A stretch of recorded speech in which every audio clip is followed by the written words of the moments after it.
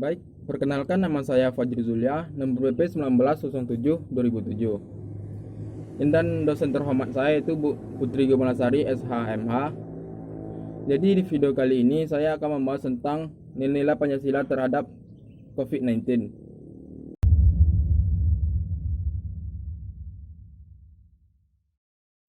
Baik, kita harus tahu apa itu COVID-19 atau virus corona. Virus corona pertama kali ditemukan di kota Wuhan, Provinsi Hubei, Tiongkok, Cina pada bulan Desember 2019.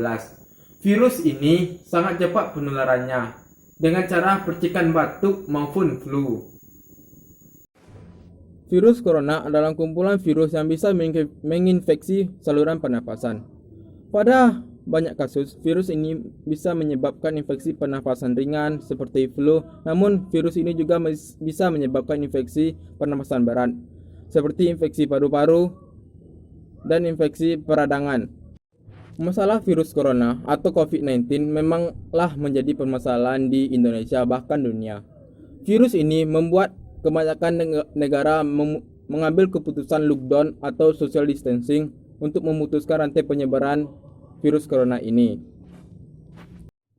Dan Pancasila memiliki nilai-nilai terkandung dalam setiap silanya yang dapat diterapkan dalam kehidupan sehari-hari, terutama pada saat musibah virus corona ini. Yang pertama itu adalah ketuhanan yang Maha Esa.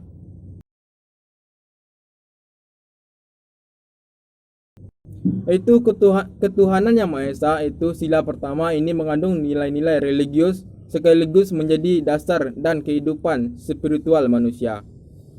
Agama atau kepercayaan adalah pondasi terbesar dalam kehidupan. Oleh sebab itu, sila ketuhanan yang Maha Esa ini itu berada di urutan pertama. Nilai yang terkandung pada nilai Pancasila ini adalah salah satu ialah percaya bahwasanya Tuhan itu ada. Pada saat pandemi ini, pandemi atau bisa disebut juga COVID-19 ini, penerapan sila pertama dapat dilakukan dengan cara selalu berserah diri kepada Tuhan Yang Maha Esa dan selalu berdoa kepada Allah Subhanahu wa taala atau kepercayaannya masing-masing.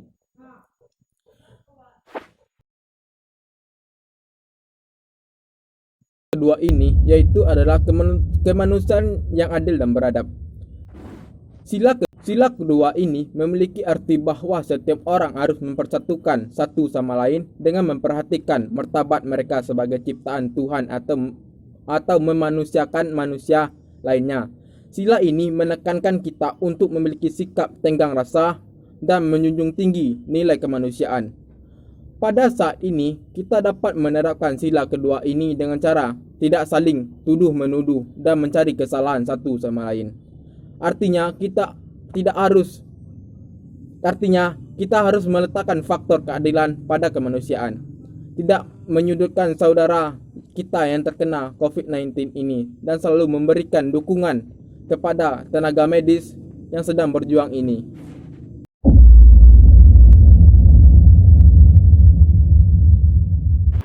Dan sila ketiga yaitu adalah persatuan Indonesia.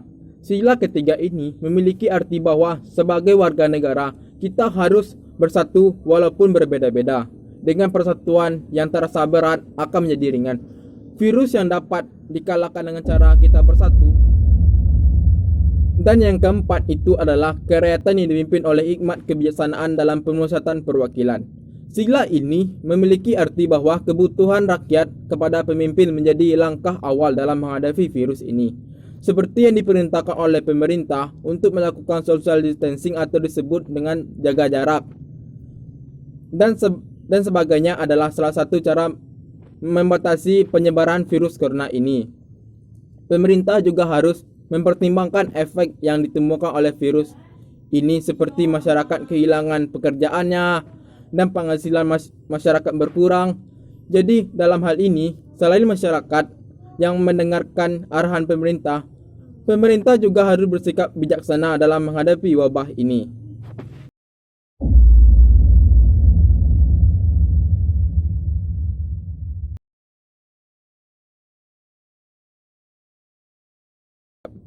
Pada sila yang terakhir ini atau yang kelima ini, negara Indonesia harus berperilaku adil dalam hal sosial bagi rakyatnya.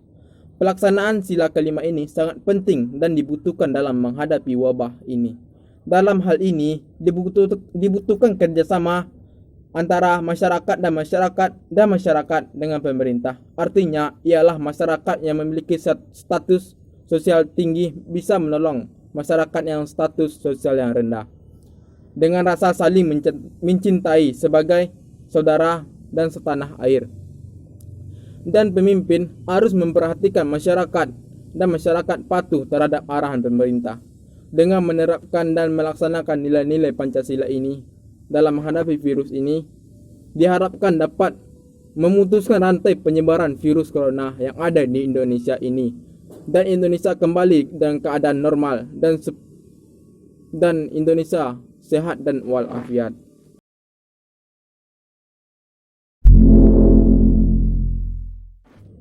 Upaya pencegahan COVID-19 adapun upaya yang dapat dilakukan baik diri kita sendiri, masyarakat maupun pemerintah. Yang pertama itu adalah upaya yang dilakukan untuk diri kita sendiri. Sesuai dengan anjuran pemerintah, kita harus diwajibkan di rumah saja dan tidak berpergian kemana-mana dan tidak mendatangi acara tetangga. Dari hal itu, kita dapat memutuskan rantai penyebaran virus corona ini. Dan apabila kita harus terpaksa keluar rumah, maka kita harus dianjurkan memakai masker untuk menjaga diri kita sendiri agar tidak terkena virus corona tersebut. Dan yang kedua, itu adalah upaya yang dilakukan sebagai mahasiswa. Saya sebagai mahasiswa selalu menjaga kebersihan dan sering mencuci tangan, dan saya tidak berpergian kemana-mana, dalam artian saya tidak nongkrong bersama teman-teman, dan saya terus beribadah kepada Tuhan atau Allah Subhanahu wa taala untuk berdoa agar virus ini cepat hilang di Indonesia. Dan yang ketiga itu adalah upaya yang dilakukan sebagai anggota keluarga. Upaya yang dapat kita lakukan yaitu rajin membersihkan diri dengan cara kita mandi 2 kali sehari, menjaga pola makan, dan membuat hari-hari seproduktif mungkin bersama keluarga. Di dalam keluarga harus saling mengingatkan untuk menjaga kebersihan dan kuatkan keimanan dan lakukan hal yang bermanfaat bersama keluarga kita. Dan hal yang keempat itu adalah upaya yang dilakukan dalam bermasyarakat. Dalam bermasyarakat pun juga begitu, kita harus diminta di rumah saja. Dan adapun yang menyangkut masyarakat atau acara besar seperti acara pernikahan, acara desa, dan acara majelis taklim, dan pemerintah juga sudah mengeluarkan peraturan untuk tidak mengadakan acara selama wabah corona ini. Dan apabila masyarakat tetap melaksanakannya, maka masyarakat tersebut akan dikenakan sanksi oleh pemerintah. Dengan adanya peraturan ini, masyarakat sadar sebenarnya akan wabah virus corona ini yang sangat cepat penularannya.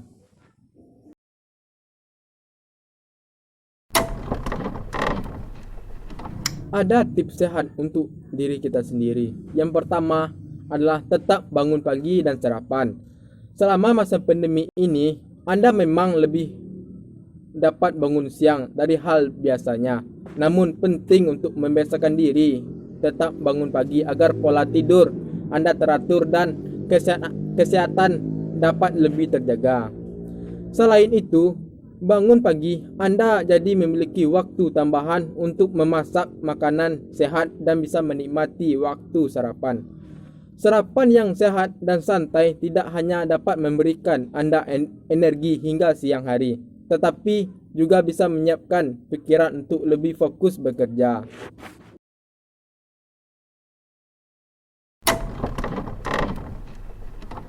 Dan yang kedua yaitu adalah berjemur di pagi hari.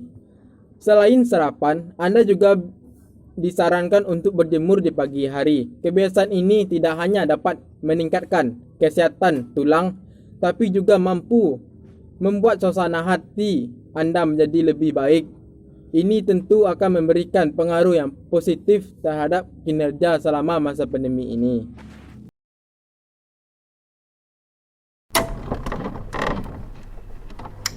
Dan yang ketiga yaitu adalah olahraga. Agar tubuh dan pikiran tetap sehat selama menjalani masa pandemi ini, Anda harus tetap meluangkan waktu untuk berolahraga. Ada banyak olahraga yang bisa dilakukan di rumah, mulai dari yoga, push up, senam akrobatik, lompat tali, hingga zumba. Jika Anda membutuhkan bimbingan dari ahlinya, ikutilah tutorial olahraga online yang seperti ada di YouTube. Ada beberapa olahraga yang bisa dilakukan seperti di YouTube. Dan ikutilah tutorialnya yang ada di YouTube.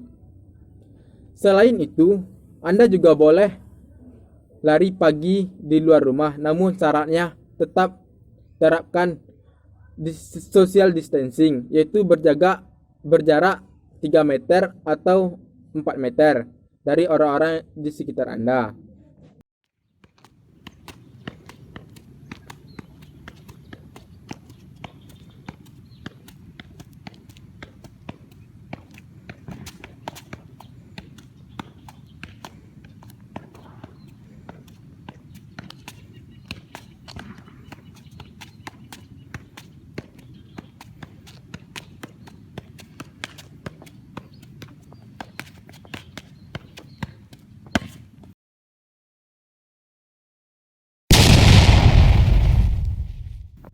Baik, materi selanjutnya yang saya akan bahas yaitu tentang yang pertama itu Pancasila sebagai etimologis, yang kedua Pancasila sebagai historis, yang ketiga Pancasila sebagai terminologis. Yang pertama yang saya akan bahas itu Pancasila sebagai etimologis. Sebelum kita membahas isi arti dari fungsi Pancasila sebagai dasar negara, maka terlebih dahulu perlu dibahas asal dan istilah Pancasila beserta makna yang terkandung di dalamnya. Secara etimologis, istilah Pancasila berasal dari Sanskerta dari India, yaitu bahasa kasta Brahmana. Adapun bahasa rakyat seperti adalah Prakerta.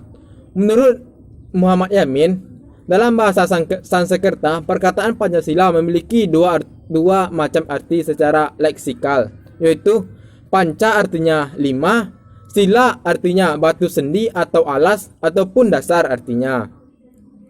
Kata-kata tersebut kemudian dalam bahasa Indonesia, terutama dalam bahasa Jawa, diartikan itu susila yang memiliki hubungan dengan moralitas.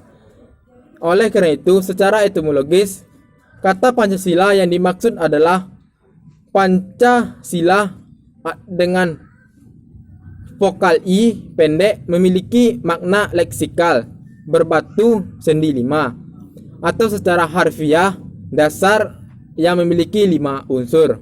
Adapun istilah Pancasila dengan huruf Dewanagari bermakna 5 aturan tingkah laku yang penting.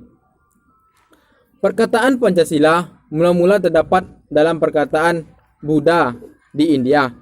Ajaran Buddha bersumber pada kitab suci Tripitaka yang terdiri atas 3 macam buku besar, yaitu adalah Sutta Pitaka, yaitu Abhidhamma Pilaka, dan Vinaya Pitaka. Dalam ajaran Buddha terdapat ajaran moral untuk mencapai nirwana dengan melalui samadhi, dan setiap golongan berbeda kewajiban moralnya. Ajaran-ajaran moral tersebut adalah sebagai berikut. Dan yang kedua yaitu adalah Pancasila secara historis. Proses perumusan Pancasila diawali ketika sidang BPUPKI. Pertama kali itu Dr. Rajiman Widyodiningrat mengajukan suatu masalah, khususnya yang akan dibahas pada sidang tersebut. Masalah tersebut adalah tentang suatu calon rumusan dasar negara Indonesia yang akan dibentuk. Kemudian tampilan pada sidang tersebut akan ditampilkan oleh 3 orang, yaitu adalah Muhammad Yamin, Soepomo, dan Soekarno-Hatta.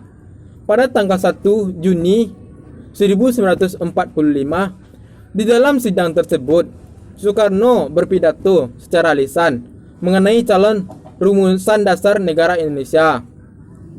dan Soekarno menyampaikan dan memberikan nama yaitu Pancasila, yang artinya 5 dasar.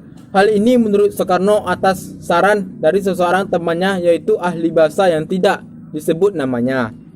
Dan pada tanggal 17 Agustus 1945, Indonesia memproklamasikan kemerdekaannya. Kemudian keesokan harinya tanggal 18 Agustus 1945 disahkan Undang-Undang Dasar 1945, termasuk pembukaan Undang-Undang Dasar, di mana termuat isi rumusan 5 prinsip atau 5 prinsip sebagai suatu dasar negara yang diberikan nama Pancasila.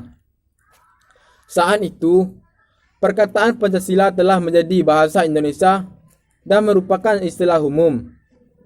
Walaupun dalam alinea keempat pembukaan Undang-Undang 1945 tidak termuat istilah Pancasila, namun yang dimaksud dasar negara Republik Indonesia akan disebut dengan istilah Pancasila. Hal ini didasarkan atas interpretasi historis terutama dasar negara, kemudian secara spontan diterima oleh peserta sidang secara bulat. Demikian riwayat Pancasila, segi istilah maupun proses perumusan sebagai menjadi dasar negara yang sah sebagai terdapat dalam pembukaan Undang-Undang 1945. Dan adapun yang disampaikan oleh Soekarno tentang Pancasila yaitu yang pertama yaitu nasionalisme atau kebangsaan Indonesia, yang kedua yaitu internasionalisme atau perikemanusiaan, dan yang ketiga itu mufakat atau demokrasi, dan yang keempat itu kesejahteraan sosial, dan kelima itu adalah ketuhanan yang berkebudayaan.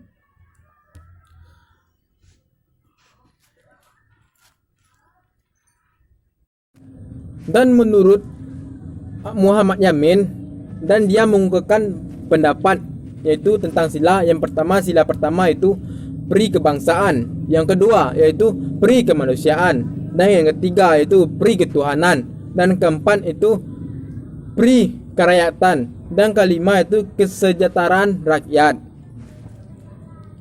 Dan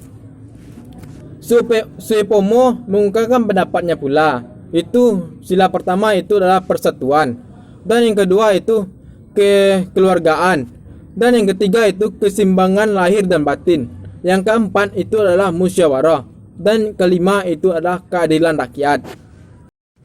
Dan yang selanjutnya adalah Pancasila secara terminologis. Proklamasi kemerdekaan tanggal 17 Agustus 1945 telah melahirkan negara Republik Indonesia. Untuk melengkapi perlengkapan untuk negara-negara merdeka, maka PPKI mengadakan sidang pada tanggal 18 Agustus 1945 yang telah berhasil mengesahkan Undang-Undang Republik Indonesia yang dikenal dengan UUD 1945, di mana dalam pembukaan Undang-Undang Dasar 1945 yang terdiri dari 4 alinea, pada alinea keempat tercantum rumusan Pancasila. Yang pertama itu adalah ketuhanan yang Maha Esa, yang kedua kemanusiaan yang adil dan beradab, dan ketiga yaitu adalah persatuan Indonesia, yang keempat kerakyatan yang dipimpin oleh hikmat kebijaksanaan dalam permusatan perwakilan, dan yang kelima yaitu adalah keadilan sosial bagi seluruh rakyat Indonesia. Rumusan Pancasila yang saya baca tadi telah disahkan oleh NKRI dan disetujui oleh seluruh rakyat Indonesia.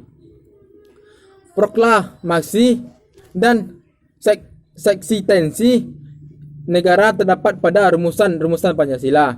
Yang pertama itu adalah dalam Konstitusi RIS Republik Indonesia Serikat pada tanggal 25 Desember 1945 dan 17 Agustus 1950.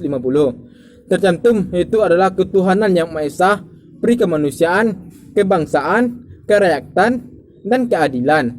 Yang kedua itu adalah Undang-Undang Sementara 1950 dan tanggal 17 Agustus 1950 hingga 5 Juli 1959 yang tercantum ketuhanan yang Maha Esa, pri kemanusiaan, kebangsaan, kerakyatan, dan keadilan.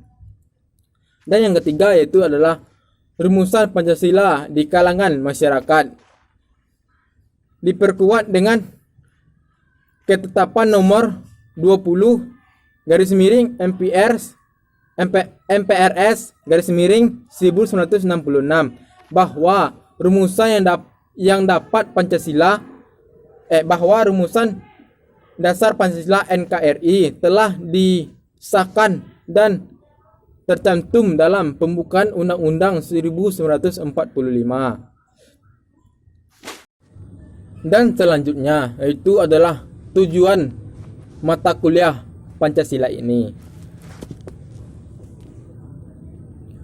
Menurut SK Dirjen Dikti nomor 43 garis miring Dikti, yaitu untuk menciptakan kepribadian manusia agar secara konsisten mampu mewujudkan nilai-nilai dasar Pancasila dan rasa kebangsaan dan cinta tanah air. Dalam menguasai dan mengembangkan pengetahuan mata kuliah Pancasila dilakukan untuk membentuk karakter bangsa dengan menanamkan nilai-nilai serta rasa cinta kepada tanah air.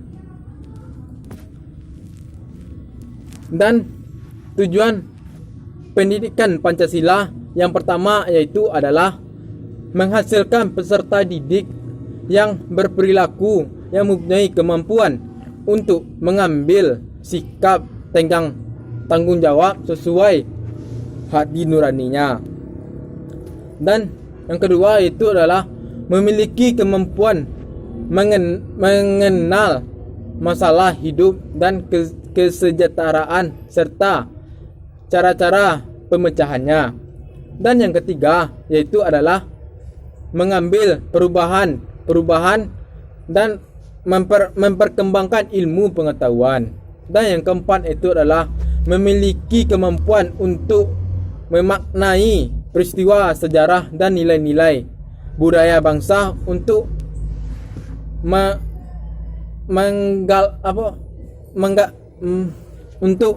menggalang persatuan Indonesia. Dan selanjutnya adalah landasan Pancasila. Yang pertama itu adalah landasan historis. Prinsip hidup bangsa Indonesia tersimpul dalam pandangan hidup dan filsafat hidup atau jati diri dari bangsa Indonesia yang telah dirumuskan dalam rumusan yang sederhana, yaitu adalah Pancasila. Yang kedua itu adalah landasan kultural. Kepribadian bangsa Indonesia itu tercermin dalam nilai-nilai budaya yang telah lama dirumuskan dalam Pancasila. Dan yang selanjutnya adalah latar belakang sejarah. Zaman kerajaan itu yang pertama itu adalah zaman kerajaan yang terdapat dua kerajaan besar yang berasal dan mencapai integritas, yaitu kerajaan Sriwijaya di Sumatera dan Majapahit yang berpusat di Jawa. Yang kedua itu adalah masa penjajahan ketika Belanda menerapkan sistem monopoli atau tanam paksa yang menimbulkan pemberontakan terhadap pribumi. Dan selanjutnya adalah kebangkitan nasional. Perkembangan pendidikan telah menimbulkan perubahan besar terhadap dan menujunya kepada keradaran nasional. Yang selanjutnya adalah Sumpah Pemuda yang telah memperoleh pengakuan yang bulat, yaitu keisaan satu tanah air dan satu bangsa dan satu bahasa sebagai tercerminnya tatanan Indonesia yang bersatu. Yang selanjutnya adalah penjajahan Jepang. Dalam propaganda yang disebut dengan 3A untuk melawan sekutu mereka, yaitu adalah Amerika, Inggris, Rusia, dan Belanda. Demi mendapatkan simpatik bangsa Indonesia, dibentuklah BPUPKI. Itu adalah Dokurizu Zumbi Tio Sakai. Sidang ke-1 itu selama 4 hari dalam pidatonya untuk mengusulkan calon perumusan dasar negara. Itu pada tanggal 21 Mei 1945 itu oleh Muhammad Yamin. Yang kedua itu 31 Mei 1945 itulah Soepomo. Dan 1 Juni 1945 itu adalah Soekarno. Sidang kedua hingga 10 sampai 16 Juli itu selama 6 hari. Itu ada poin-poinnya, yaitu yang pertama adalah 7 Agustus 1945 Jepang kalah oleh sekutunya. Yang kedua itulah pertengahan Agustus dibentuk PPKI. Yang ketiga itu adalah 8 Agustus Soekarno dan Muhammad Atta dan Rajiman berangkat ke Saigon. Pulangnya Soekarno mengumumkan bahwa Indonesia akan merdeka dan bukan hadiah dari Jepang. Itu hasil merdeka dari perjuangan bangsa rakyat Indonesia.